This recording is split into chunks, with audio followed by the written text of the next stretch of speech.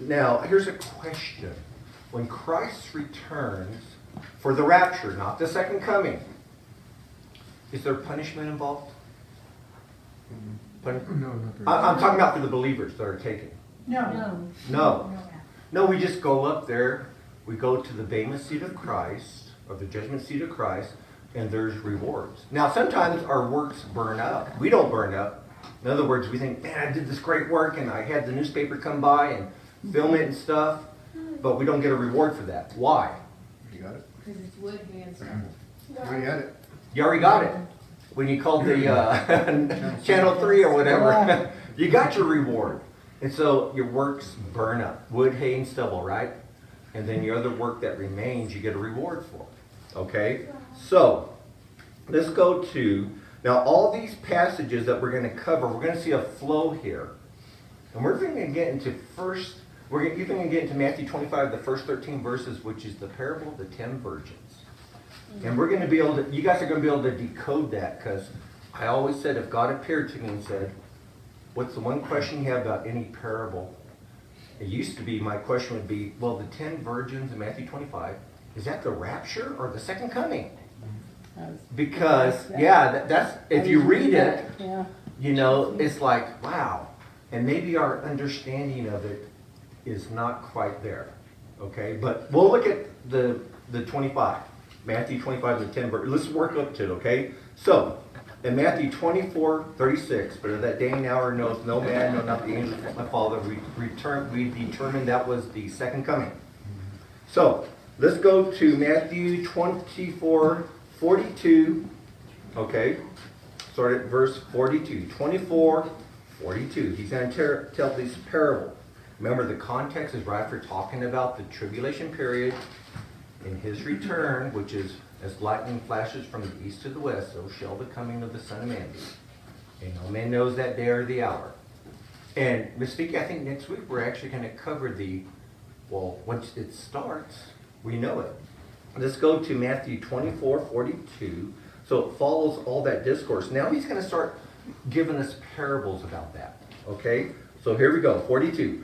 Therefore be on the alert, for ye do not know which day your Lord is coming. Again, no man knows the time, unless he just changed abruptly to the rapture, which he didn't and couldn't have. Okay? He's saying, no man knows the day or the time. He says, be sure of this, if the head of the house had known at what time of the night the thief was coming, he would have been on the alert and would not allow his house to be broken into. Are the good men, are the head of the household, or the master of the house? Now here's my question. Who's the thief and who's the head of the household? It's tricky. You know these trick questions I ask all the time, right? So, who's the thief? Jesus. Yes! Jesus is the thief. You wouldn't think of that. But it doesn't mean literally he's stealing something. In a way, he is. If you look up these verses, I'll write them down. We're not going to look them up. Luke 12:39. Okay. 1 Thessalonians. We won't get too deep into this, but you guys can look these up yourselves. 5:2. Okay. 5:2. And then Revelation. Remember 3:3.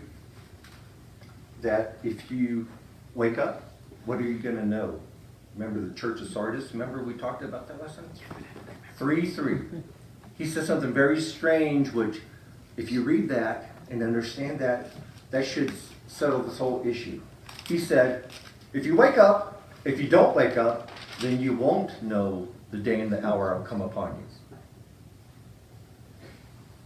Did you get that? Which means if you do wake up, what? You will know. Be happy. You're gonna. Be here. You will know the day and the hour. So these verses right here all reference Jesus coming as a thief. And it's always in reference to non-believers. Okay? Because it's going to take them by surprise. They won't know. All right? So, when he talks about in this parable that he will come like a thief, okay, again, he doesn't come like a thief for us. Okay, even though you can get it, and it's actually the word klepto. You know what a kleptomaniac is? Thief. Someone who can't stop from stealing, right? Even though they don't need it, kleptomaniac. So, those verses refer to Jesus as a thief. So now let's continue on and go with that line of thought, okay? It says this in verse 44, for this reason you too be ready, for the Son of Man is coming at an hour you do not think he will. See, he explains it right there. The thief comes at an hour you do not think he will, right? Now he says he's going to come at an hour you don't think he will. Again, to the non-believer, all right? So who is the faithful and sensible slave whom his master put in charge of his household to give them their food at the proper time? Blessed is that slave whom his master finds doing so when he comes. Truly I say that he will put him in charge of all of his possession. But if that evil slave says in his heart, so there's rewards, but verse 48, but if that evil slave says in his heart, my master is not coming for a long time, okay, he shall begin to beat his fellow slaves and eat and drink with the drunkards. The master of that slave will come on a day when he does not expect him, and at an hour he does not know, and shall cut him into pieces and assign him a place with the hypocrites. Weeping shall be there, and the gnashing of teeth. So there is punishment at this return. Couldn't be the rapture, huh? No, can't be. It's because it's what the master. It's not just that the church is being taken out and that the wicked's being left in a place with no restrainer. It's what the actual thief or Jesus is going to do. He's going to cut him into pieces. And we're going to see a line of thought here where it's going to work up to the actual event. He's going to tell parable after parable. Then he's going to tell you what he's talking about.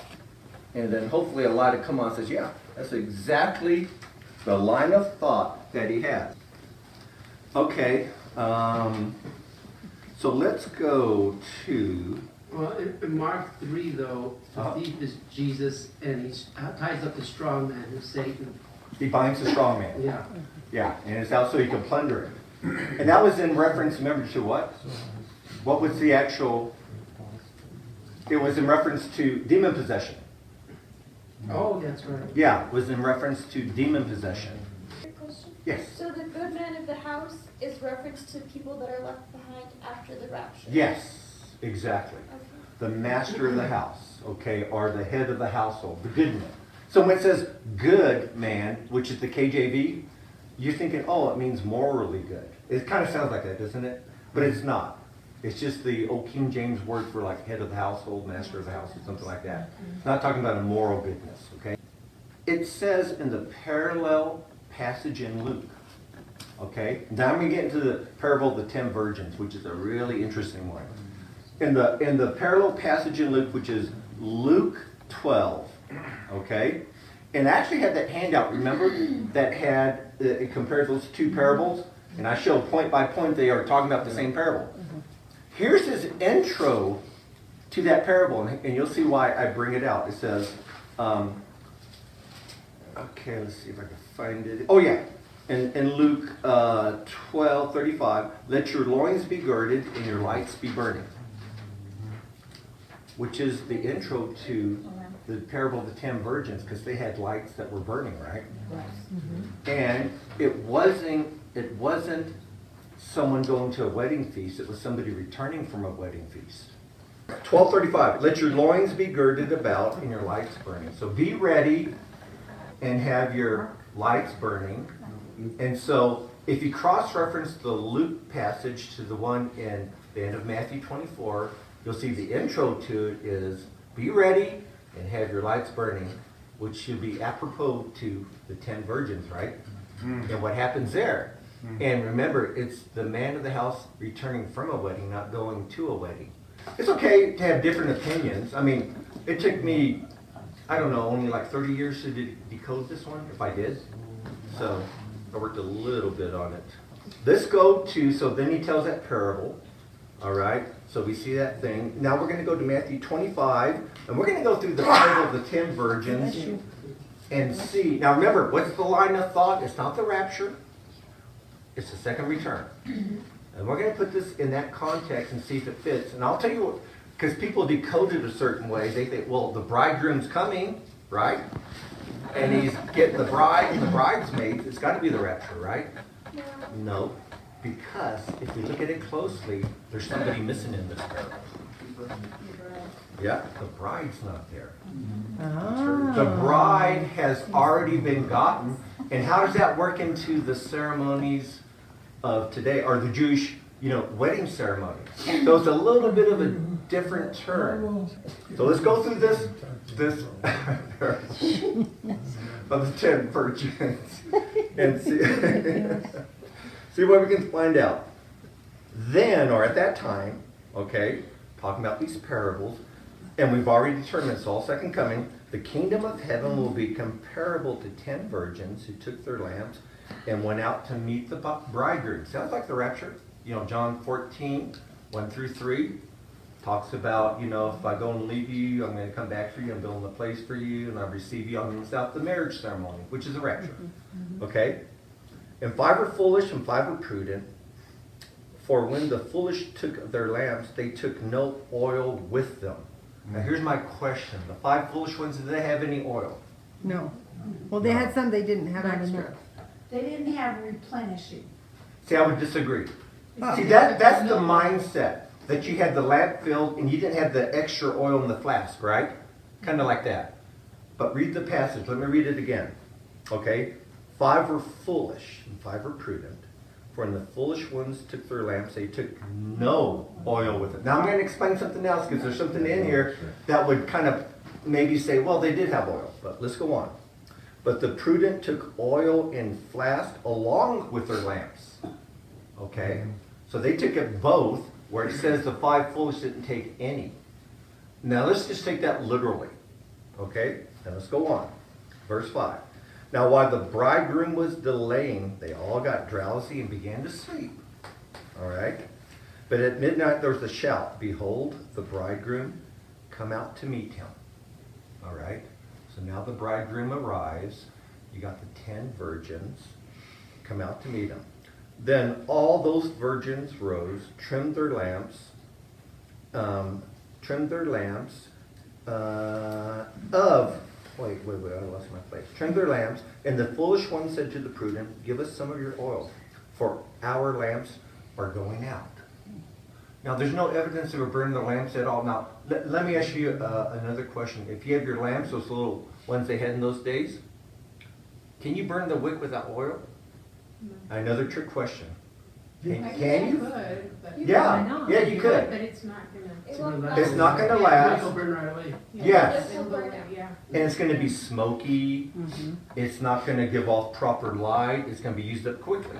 Now, here's what I think, because we find out later, I really believe this is the Holy Spirit representing that, okay?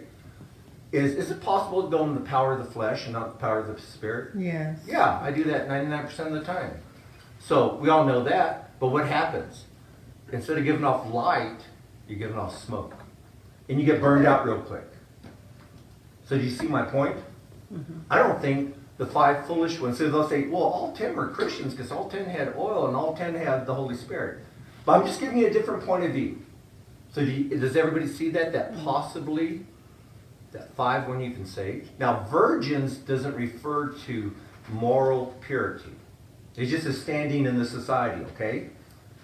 So, but the prudent answered, saying, no, there will not be enough for us and you. Go instead to the dealers and buy some for yourselves. Now, that's the real, actual oil that you use for the lamps. But they're just saying, basically, in the analogy, that no, you can't share the Holy Spirit. Okay? You're in the power of the flesh. All right? What happened when they only had enough oil for one day and it burned for 7? That's Hanukkah.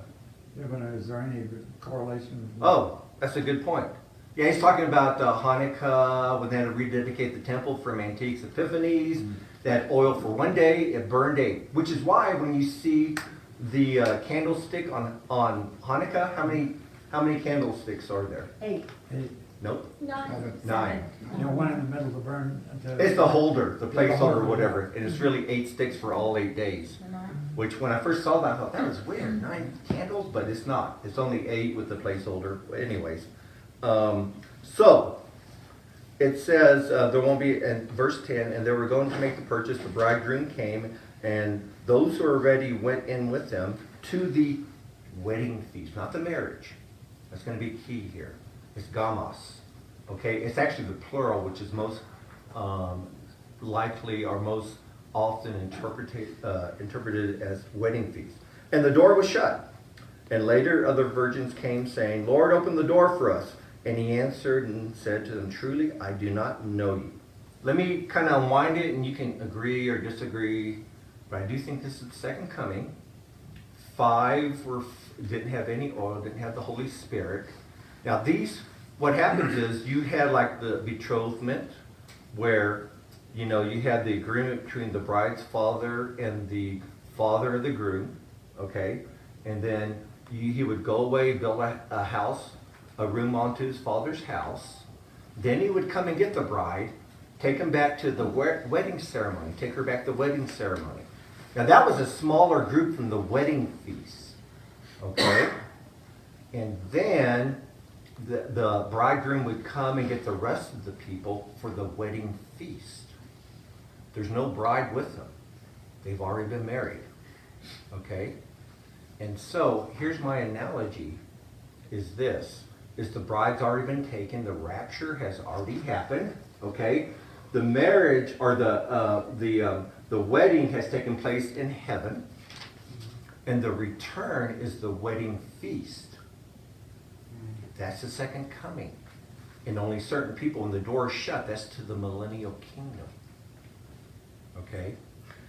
Can I ask a question? Sure, go ahead. So the 12 or 10 virgins, Yeah. 10, if that's the thing, 10 were together, 5 had oil, 5 had no oil. Mm-hmm. So you're saying that there were, in this analogy, 5 believers and 5 unbelievers? Yes. I'm breaking it down to the most Yes. simple form. Because if it's the second coming, let me ask you this, and we're going to get the You don't think it's answer. the Jewish remnant? I'm sorry? You don't think it's a Jewish remnant? The Jewish remnant? That's the believers? Yeah. It could be. You mean you're talking about the 144,000, Revelation Yeah. 7 and 14? Yeah, the 10 Yeah. virgins. Yeah. No, the 5 virgins. Okay, yeah. Yeah, the 5 virgins, not the Because 10. if they know the Lord, then why are they in the tribulation? They weren't in the rapture. Because they came to the Lord after, Yes, afterwards. during the rapture. Round 2. Any believer before the rapture will be raptured. It's part of the church. Part of the church. Once the church is out, they're no longer part of the church. Now they're tribulation saints if Yeah. they come to Jesus, Okay. come to believe in Him during that 7-year And period. that was something I never understood when I was post-trib, was like, well, gosh, you make this big deal about the church has to be out of here, and what about people who are saved? That's the church too. That was my reasoning. Not understanding, no, that's not the church. It's the fullness of the Gentiles that comes in. Was it Romans 11:25? He says, then at that point, the veil's lifted from Israel. And that's the tribulation period. Okay? So, everybody kind of got that, what I'm kind of thinking of. So you have Christ coming back. He doesn't have the bride. The marriage has already happened in heaven.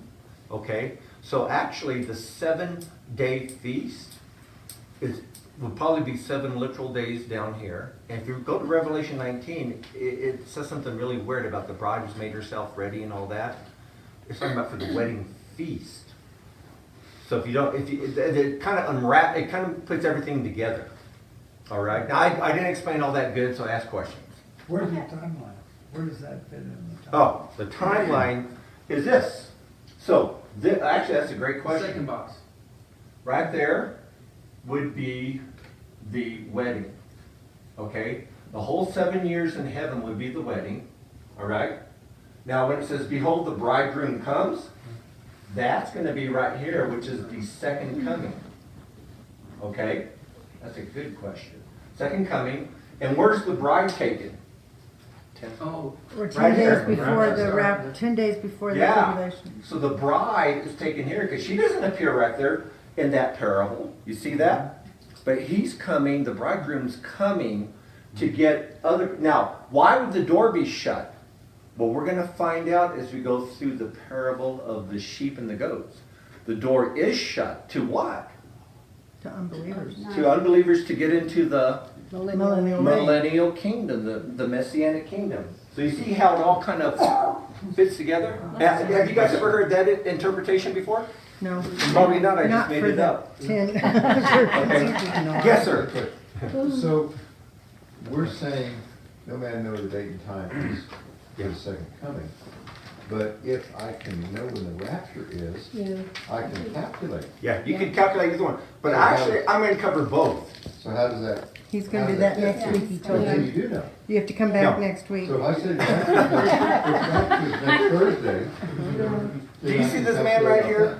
Do you see this guy right here? If I give you the answer now, he's not coming next week. Steve, yeah, remember? I was just kidding. I know. What are we having Tuesday? Yeah, well, it depends on what we have for, Let him in explain Butler. real quick what he was saying. Explain again. Go ahead, Bill. Okay, so in other words, You were saying? if the rapture, I know the rapture is gonna be next Thursday, or I'm an unbeliever and I see everybody's raptured, and I say the rapture happened on May 1st, then I can calculate the second coming. So I'm an unbeliever, I go study the scriptures, I find Ed's notes, and then I can say, I can add 10 days to 1260 to 1260, and I will know exactly when the second coming is. Actually, not really, you know what? That's what I'm asking. Okay. Because we're on a 360 give day, you- we're on a I'll 365. give you the partial answer. See that, what the scenario you present is actually what most Christians believe. They believe the tribulation period starts on the day of the rapture. That's what most believe. Okay? They say, well, once we're raptured out of here, that's the first day of the tribulation period, which well, I'll show you more in depth, but I don't believe that's so. There's a period in between. And we don't even know that it's 10 days, but actually we do. And I'll explain it all in the 10, because I used to say it could be 10 days, or a year and 10 days, or 2 years and 10 days, or 3, you know what I'm saying? Okay. If it lands, but I will tell you why it has to be 10 days. Okay? So that's all to be explained, but you're right. Even if you know this, you dig up my notes, say, okay, here it is. But the tribulation starts though when the peace treaty Yeah, is broken. when he breaks the enforces great a tribulation. covenant with the many, Daniel 9:27. Yeah. But I thought That's the halfway. tribulation started when he broke the peace treaty. No. That's in the middle of it. That's when he stops Halfway. the sacrifices and oblations in the treaty. And then we find out when we look at it, it's right here, right at the abomination of desolation that he actually stops at. So actually, you make a good point. The same day that the tribulation period starts is actually a feast day, which we're going to see, and it's also the day that the treaty's enforced. Because how long is the treaty? 3.5 years. No. 7 years. 7 years. It's Daniel But he broke it. in the middle. Right. In the middle. But we know the period of time is 7 years because remember how long was Daniel's prophecy? 7 years. 70 times 7. Okay. 70 weeks. And we counted for the first 69 in the first 3 verses. Well, actually in the first 2, then we had a gap of time, which we called the church age. And then, all of a sudden, where's that 70th week, right? It's the last 7 years. 927. So, 924, 925, 926. I'll do this until like you guys are screaming. What's 924 cover? The whole scope of the prophecy, right? Which is what? 70 times 7. Right. 490 years from a certain decree. And then what does he cover? Then he starts covering the whole thing here. He covers the first 69 weeks here, right? And then what occurs in Daniel 9:26 between the 69th week and the 70th week is Church age. the church age, which we call a prophetic what? Yeah. Yes, right here is a prophetic gap, a church age. And then right here is the 70th week. So there's a logical pattern to this. Do you see that? I do. All 70 weeks, the first 69 weeks, ooh, there's the church gap right there. All the way to the 70th week. All right? Easy way to remember. Like I say, you have to master Daniel 9:24 through 27 or you'll hopelessly be And that lost. 70th week starts when the church is raptured out. Because the church age is gone at that point. Yeah. Yeah, exactly. It's when he enforces, because 10 days before, or really 9 days before, we're raptured. Okay? In fact, I was making a joke with Maureen and Elisheva last evening. It's like, all you gotta, the only verses I ever quoted was 2 Thessalonians chapter 2 and Daniel 9. If you learn those ones, then you're on to me. I don't have to learn a bunch of verses, because those are really 2 key chapters. Daniel 9:24 through 27, Daniel's 70-week prophecy, you should know that by heart, and 2 Thessalonians chapter 2. Why is that important? Because it talks about a certain event. You know what that event is? The rapture, correct. And the abomination of desolation. It doesn't call it that in the chapter, but the Antichrist himself walks into the very temple of God, presenting himself as God. That is the abomination of desolation, and that will happen right there. So Paul talks about it. Okay? 2 Thessalonians Chapter 2. 2. Okay. It's like 2:3 or something, 2:2. All right, and he talks about the rapture. He goes through the whole thing. In fact, it says that people will be given over to believe the lie. And it does articulate it in the Greek. And what is the lie? What will people be given over to? What deception during the tribulation specifically? That they will, that the Antichrist is God. Right. Because if you trace those verses, it's when he presents himself as God. Then when you go down a few verses, the delusion or the deception they're given over to is that the Antichrist was God. What's the first lie? I am God. We God. You shall be as Yeah, God. you should be as God. I knew Yeah, this. okay. I knew this. It's here somewhere. All It's in right. Genesis 3. Okay. Yeah. The It's the first first lie, lie. get this, the first lie from Satan was what? You shall be as gods. What's the last lie? That here's my man, my son, and he is God. It's the same thing. He's also God. It's the same thing. And what's the five I wills in Isaiah 14? I will ascend. I will ascend, blah, I blah. will It's, be it's like Satan God. trying to be God. And that's what he wants, is our worship. And people will fall to it. We think, they don't even believe in Satan. Yeah, they will. Trust me. Like all the ancient gods, they're actually kind of real. Because they have demonic powers behind them. Okay, what was the statue that Antiochus Epiphanes set up in the Holy of Holies? Zeus. Zeus. And what day did he do it on? Don't know. Oh, I'm sorry. The day to him was his birthday. Oh, I didn't know that. You can start tying things together. He did it on his birthday, and then he proclaimed himself Antiochus Epiphanes. I am God in the flesh. Okay, so again, early time. That's what that meant, was Antiochus Epiphanes, yeah. Basically, you're saying, I'm God manifested in the flesh, which is what the Antichrist is going to claim. And there's only one that was God manifest in the flesh, truly, which is who? Jesus. Jesus. That's why he's the Antichrist. And what's the two things that the Greek word anti means, besides, Instead of, your before. mom, sister, whatever? Huh? before. Instead of. What? Yeah, Another. instead of, in the place of, and also Another. against. Hey, don't get. So against, in opposition to, or in the place of, and he's both.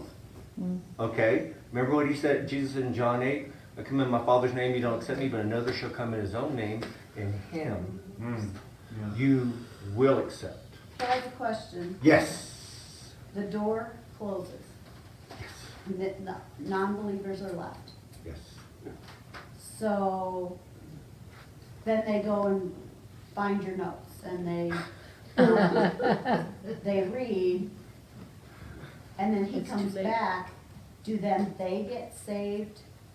But if they find my notes, they will. That's my question too. They have to make it all the way What to the end happens and not to get the the mark, five right? virgins Yeah. or the tribulation Yeah. saints? Where do they go, straight into the millennial reign, or? Yeah, these are the 10 that are remaining at the end, because they're there, until the end. It's talking about the surviving, people at the end when he does return. And that's where, Matthew 24:14, it says, if you endure to the end, you will be saved. And that's not talking about spiritual salvation. That's talking about, you're going to be saved by what? His return. Yeah. You're going to be rescued from all this chaos by his return. Unless you're one of the five foolish. Yes. So enduring to the end doesn't mean until the end of your life, because No. won't people be killed for their faith? And Yes. for- Yes. Those are tribulation saints. He's That they talking get. about he who endures to the end of the tribulation Oh. will be saved. What are they going to be saved by? Because that's where Christ returns. Believe on Jesus during the tribulation? Yeah, you're going yeah. to, of course. Don't yeah. have to become John- a proselyte Jew? No. John, in the book of Revelation, saw a great multitude in heaven, clothed in white. And he asked the angel, who are these? And he says, these are the ones who have come out of great tribulation.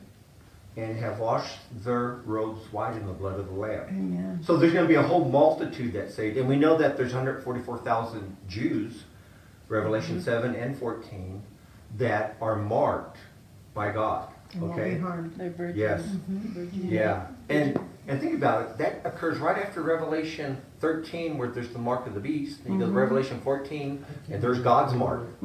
So, you know what I'm saying? Actually, if you go to Ezekiel, that's where all kinds of stuff, that kind of starts right there. So, Make sense? now, So, Wait, so yeah, the people that are beheaded during the tribulation, yeah. then what? Then their spirit goes, They're tribulation they saints. just go to sleep? No, they're. No, they're in they will heaven. go to heaven. They're in They have heaven. a headache. Because that's where John saw them.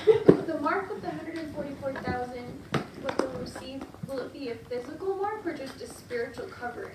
I think it'd be both. Yeah. It's gonna be- I think if you take it in the Peshat, it'd be an actual physical mark, and if you take it in the remnants, it's something that, because they apparently make it through it, and they can't be harmed. So Satan sees it. He knows it. Yeah. And so God, as usual, is protecting his people, just like he's protecting us, right? And he has his plan. I don't know how it all works together, but that's the advice to get through these end times before the rapture, because a lot of things might come upon us, is fully and totally depend upon God. Matthew 25:14. For Okay. the kingdom of heaven is like a man traveling into a far country. He calls his own servants and delivered unto them his goods. And upon one he gave 5 talents, to another 2, to another 1, to every man according to his several ability, and straightway took his journey. That's what God does to us. He gives us all gifts, furnishes us, but this is going to the end, so not only it goes to mainly the Jewish nation.